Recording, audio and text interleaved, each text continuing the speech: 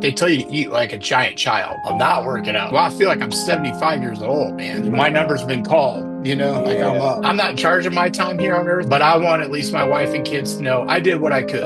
Okay. Hey, everybody. We're here today with Luke Holderby. Tell us who you are, where you're from, what you do, family life. All right. Sounds good. Luke Holderby. I'm married for just about 25 and a half years now. We've got three kids. I got one at the University of Wisconsin-Madison. That's our oldest one. And then our middle son is a senior in high school this year. So he's trying to decide where he's going to go to school next year. And then our daughter, she'll be a freshman in high school next year. So she's in eighth grade this year. I'm a pastor. I'm also a licensed clinical social worker. I do consulting for therapy with early intervention for social emotional concerns and needs. I also spend a lot of time this part of the year. I'm a volunteer basketball coach at our local high school, our boys basketball team. Obviously, coaching basketball, but a lot of just awareness of mental health concerns, cognitive strength, trying to help kids be learn to be a little bit more resilient, how to persevere through things. And that kind of came through actually kind of how I came to you guys, honestly. My whole life, coaches have always been a big part of believing in me. I was kind of a odd guy, but was, very loyal, very into whatever I was into. And so yeah, a lot of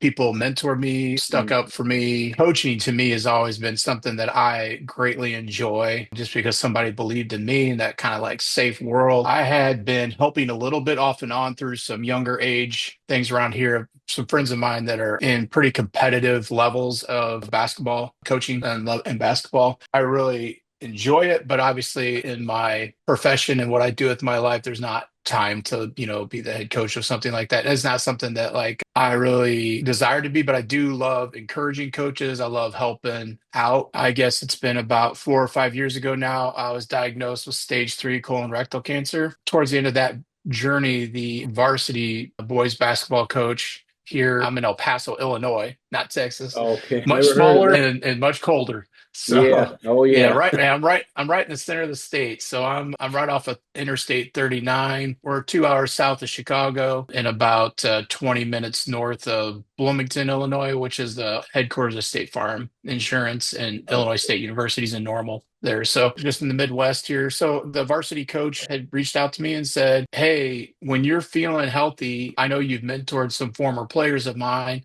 that have gone through some difficult things. And I'd love to kind of add that piece to the coaching staff. And I know you've been through a lot. So if you're up for it, when you feel healthy enough, I would love to have you join our team." Also, when I started the cancer journey, I stopped shaving. I've always had a baby face. I was probably in my mid 30s before I stopped. I had to start shaving more than 3 times a week. And so my facial hair does not grow quickly, but when it does grow, it just kind of became this new look, I guess, or Yeah. whatever. And according to my oldest son, I've never done anything cool in my life, which I would agree with that. But there is a story. I shaved my beard one time for my wife for Valentine's Day. We're up at Mayo Clinic for one of my 6-month checkups for cancer. My wife was emphatic. She didn't want us to spend any money on Valentine's Day, try and do stuff on the cheap. And so I was thinking about something. I know she complained all the time about my beard. Yeah. And so I brought all of my stuff with me. I got up early that morning, went into the bathroom of the hotel. I spent like an hour, like slowly trimming that thing, taking pictures of the like saying goodbye. Then I woke her up, like clean shaven again. I was like, "Happy Valentine's Day." She was Ah. like, "Yeah, I don't know." She did not like it. So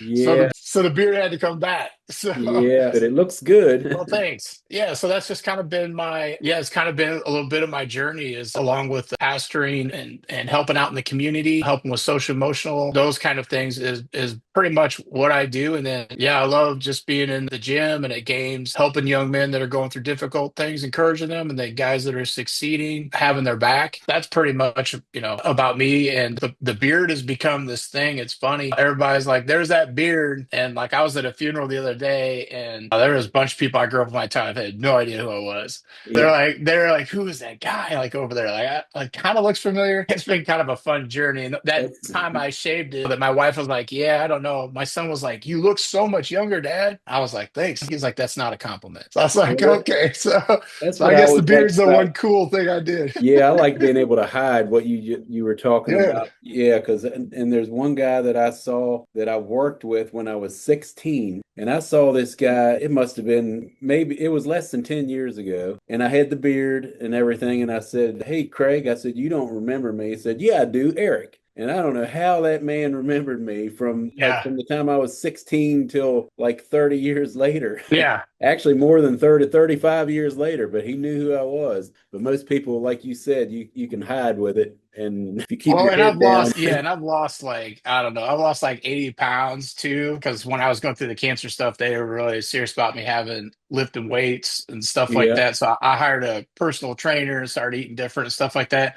So when you put those things together, yeah, I mean, yeah, people I knew my whole life growing up, I could yeah, stand right next to them. Sometimes I mess with them when they walk by. I'll be like, "Oh, yeah. later, Mrs. So and so." Yeah, that's pretty cool. Back to your cancer story. What was your first reaction when you heard the news? My wife and I had just gotten back from Germany. There's some ministry partners that we support over there. And so we had gone over to Berlin, had a great time. We're helping with soccer camps for refugees. And I was kind of sick a little bit, but I didn't know if it was like an age appropriate thing, that kind of when it comes to colon rectal, like it's kind of like embarrassing a little bit because like obviously some symptoms that you have are like kind of things you don't necessarily talk to people Yeah, about. It's yeah, not like I got this lump in my right. back, kind of. Yeah, So my wife was on me to go see my doctor. I just went in and said, "Hey, just so you know, I've got symptom A, B, and C going on." And so for people that don't get checked or don't know, so sometimes what happens, like my mom died of a heart attack and she was probably 65, 67, something like that. mm, And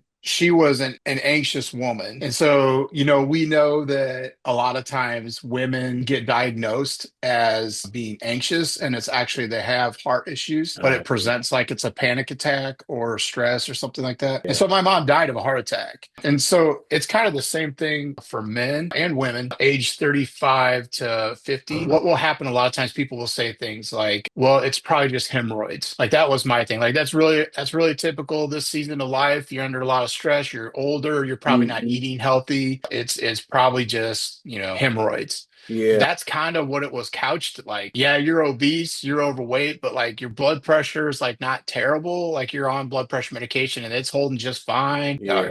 Your heart seems to be great, and blood work didn't really show anything. The nurse left and I was like, "Hey doc, dude, I'm bleeding every day." I never heard back from the place for about 3 weeks from the place that was supposed to schedule a colonoscopy. He was just like, "Well, they've lowered the age now for people to get colonoscopies, Yeah. and you're in that age range. So why don't we just go ahead and make sure everything's okay and just get one scheduled?" I didn't hear back for 3 weeks or so, and I called the doctor's office like, "Hey, nobody's contacted me from this group that was doing the colonoscopy." So he said, "Well, or the nurse said, let me take care of that." The next like 2 hours later, I got a phone call from this place. They scheduled a colonoscopy. It was towards the end of all of the social distancing and stuff like that, but it Yeah.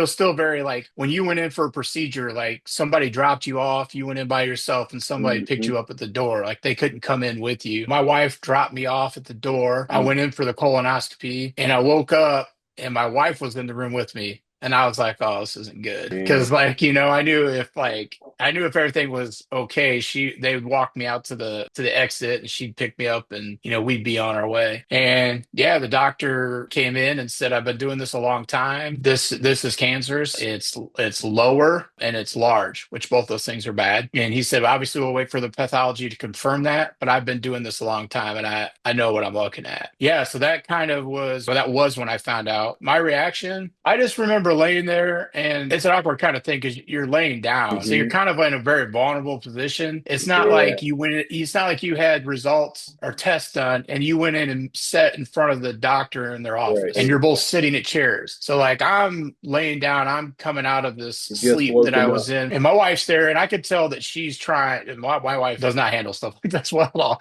Like I Yeah. could tell she was brave. Like she was trying to be, "Oh, like that's really like great that like I could come in and be here and like, oh, this is a nice office." Yeah, she tried to act like she doesn't know something, is going on. Yeah, I just remember tears coming down the side of my face. Not like a death sentence, not like, well, when you're in a situation when you're driving a car and you almost are in a horrific accident that obviously you wouldn't have made it from, or if you've ever had like a life and death experience, like maybe being in a dangerous neighborhood or something like that, and there's guns going. It wasn't like that kind of feeling. It was just, yeah, it was really sobering. Yeah. It's your turn. Yeah. And so in my field as a pastor, I'm in hospices, I'm in cancer wards, I'm in people's homes, sitting across from people that just got the worst news in the world all the time. And so when you're told that, here I've got the most amazing person in the world sitting next to me, I'm instantly thinking about, like, will she be okay? Like, will Yeah. she be taken care of? Like, we have three beautiful gifts, three beautiful children. Will they have what they need? And I know God will take care of them, but there's a lot of responsibility that I carry anyways, as a husband and as a father, that all of that was like really hitting me of like, how do I do this well? But like Yeah. also, yeah, it's just kind of surreal. Like, man, my number's been called, like I'm Yeah, up. yeah,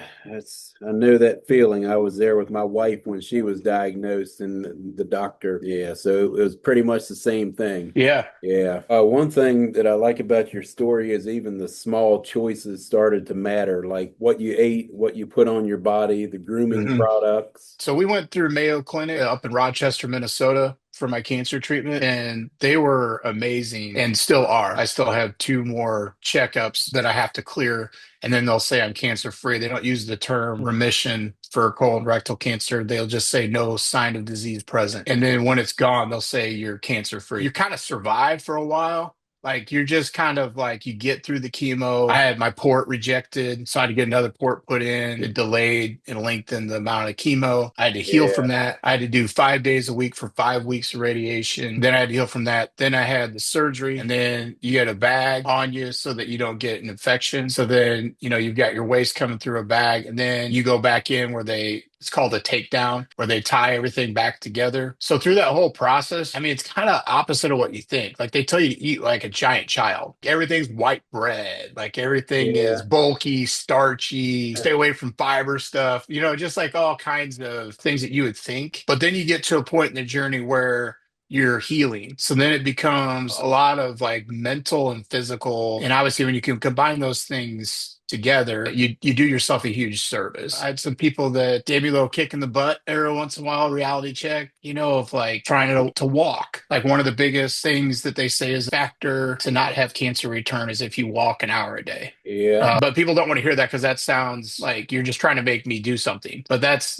one thing they can say for sure. The other thing is the least amount of stress you can have in your life yeah, is the greater predictor of not having cancer or having cancer come back. So I remember very clearly, I remember sitting in the office, and the nurse practitioner at Mayo was like, you should be in a much better mood that you're in. A lot of people don't have the experience that you've had and the healing that you've had. And I yeah, know you're a person of faith. I know you believe that, God has been answering these prayers, and I know you've done the work somewhat that you need to, and we're obviously gifted here, but like, you just seem like something's bothering you, and you should be really happy with these results. And I was like, well, I feel like I'm 75 years old, man. I can't even move stuff around. Like, I'm a pretty strong guy, and I don't feel like I can even move something that weighs over 30 pounds without being like, I don't know if I should be doing this or not. And so yeah, she's like, well, how much are you working out? I'm not working out. I'm trying to do the walking that you're saying, but I'm not really working out. So she's like, oh, you need to be like pushing weight around. You need to be, throwing stuff around. And so from the physical part, that's my wife and I talked about it. And there's a trainer here that's amazing in our little community that was trained by a guy that's a strength coordinator for a college. Like, he is brilliant. And mhm, this guy is really good too. So we just made the financial investments, 5 days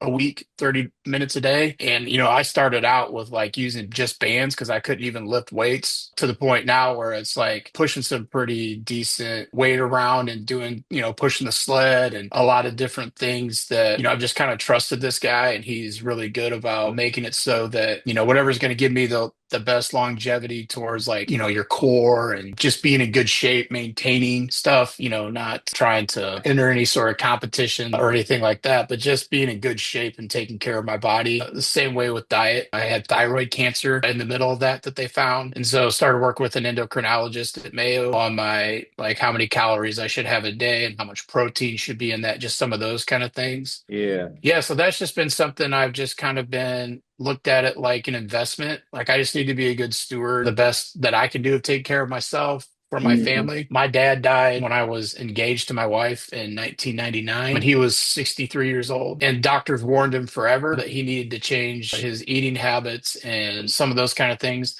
And so I've always had to live with like, I'm at peace. Like I know my dad's in heaven. He's not suffering. We had a great relationship, but I am frustrated for the amount of times that we all kind of tried to warn him or be like, Dad, like you got to take care of yourself. And he didn't. Yeah.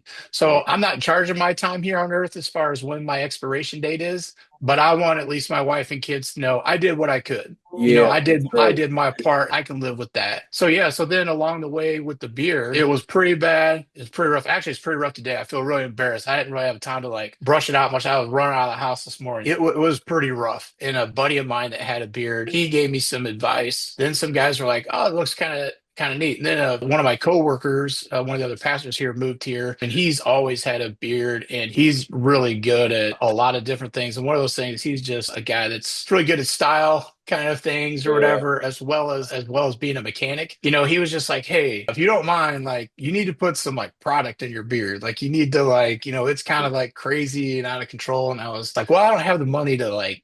Go get it trimmed and stuff. I'm kind of nervous to do that. So he actually started trimming my beard, and so he actually gave me one of your guys' products because he said the scent he didn't like, but he's like, you need to be using natural products and stuff like that in your application for yeah, for it, and it'll make a big difference, and it's really important. And ironically, at the same time, I started having eczema really bad from the result of all the radiation and just things like that. And so I was already have to switch deodorants to natural deodorants, like shampoo to natural shampoos and stuff like that, because I just like I break out all over my neck and stuff like that. It just and other parts of my body. So I had to go to a dermatologist and start doing that. But I never had a problem once I started using your guys' product on my beard. good. And yeah, so and I've kept the beard honestly just because it's a reminder of kind of my journey. So it's Yeah, not that like I want people to be like, oh, look at that guy, like he looks cool. Like for me, it's just like I look in the mirror and all this like comes back, kind of a second journey in life, so to yeah, speak. And it's just kind of remembering where I came from and stuff. But yeah, it makes a big difference on the skin stuff. Yeah, I don't get too into lecturing people about food and stuff like that because I'm probably a hypocrite when it comes to some things like that. But when it comes to the skin thing and it actually like affects you to the point where it's embarrassing to walk out in the morning or you're all greased up or you can only use something so many times before it starts thinning your skin. yeah, Like I can't even get straight razored anymore after my beard trims because the skin's so thin, and so it's like you do realize the importance of things like the natural products when you don't have any reaction to it, and things do look good. And then it's just budgeting your finances of like, well, I got to have this, and this is what's out here that works. This is what's out here that works that may yeah, be amazing, but I can't afford it. No, honestly, like with your guys' product, I think, my buddy that had given me that's what he gave me. Your guys' I think it was Tundra. Yeah, because that's what I still yeah, use. Like I like the aroma of it and it worked and it was just like it's feasible. And so like I've just stuck with it, you know. yeah. Did the products help with skin sensitivity during your recovery? Yeah, I actually started using the product after the recovery, but it Okay. did like but the explosion of the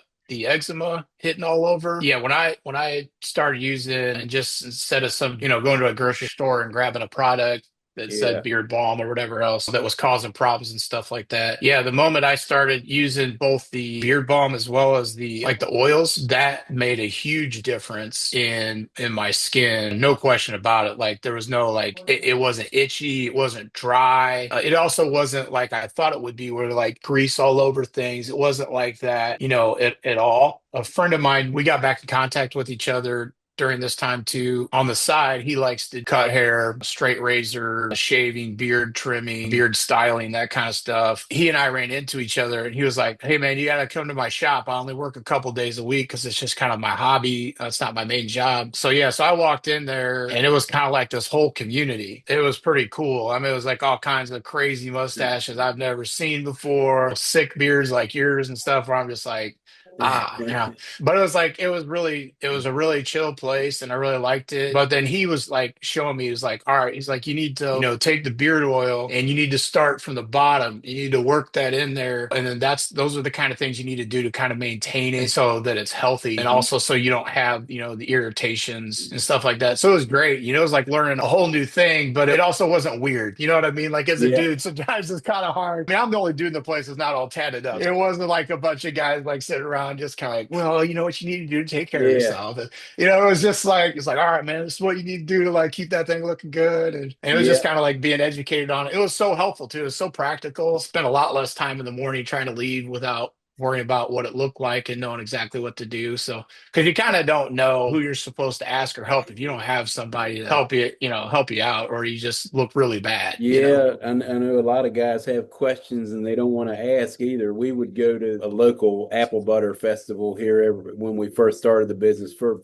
I don't know, we did it about 10 years, but it was always, not always, but most of the times the guys would come up and they'd be looking around and you could tell they wanted to ask questions and then their wives would start asking the questions for them. Yep. And then once I started talking, then they were okay. Then they'd start talking back and asking, but I think they're a little embarrassed to ask or whatever it is. Yeah, you know what's cool, dude, is like it's so crazy because once I started going to get it trimmed, I don't know, every other month or something like that, it's like I started figuring out what I needed to do on in the in between times. And then my wife would say to me, you need to go in and have him trimmed. Like, and I like it better when he does it like short on the sides, Yeah, or whatever. So I was just like, oh, and then it went from being I hate that beard and it's annoying to like, oh, I like that. It looks really nice. And so yeah, I mean it's like once you find somebody that you can feel okay asking, like, somebody's got a partner, they definitely have an opinion about it. yeah. There's no question. They may or may not share it. They kind of opinion. Yeah, that's right. If you could tell one thing to a guy who's overweight, struggling, or ignoring his health, what would that be? There's help out there. You don't have to try to figure it out yourself. There's no magic pills. It's a slow process. It's just a day-to-day grind that you just make a decision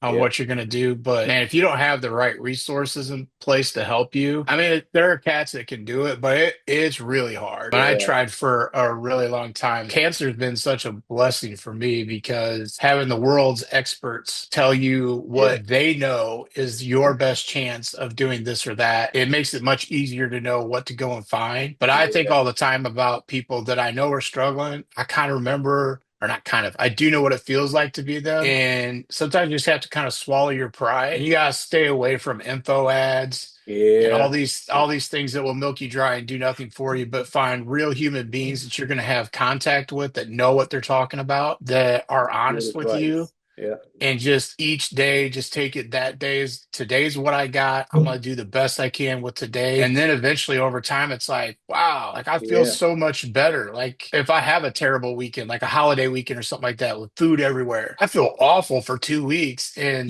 my trainer will say, he's like, yeah, you feel awful, but what you don't realize is like this is what you used to feel like every day, and you all the just became time. used to it. You just became used to it. You became immune to it. Yeah, yep, that's And what I've always thought too. Yeah, yeah, and it's true. And I think too, it's easy today's day and age to be really cynical. And like with you guys, like I got a scent that like reminded me of being back at chemotherapy treatments. And like yeah, I sent it to you guys about an email about it. You guys sent me the other thing back that charged me, said give it to somebody else. Sorry about that. And there's just little things out there that like people want to help. And yeah. there's really good help out there. It's just sometimes you have to be a little bit more discerning and not in a time of weakness, but more intentional about it.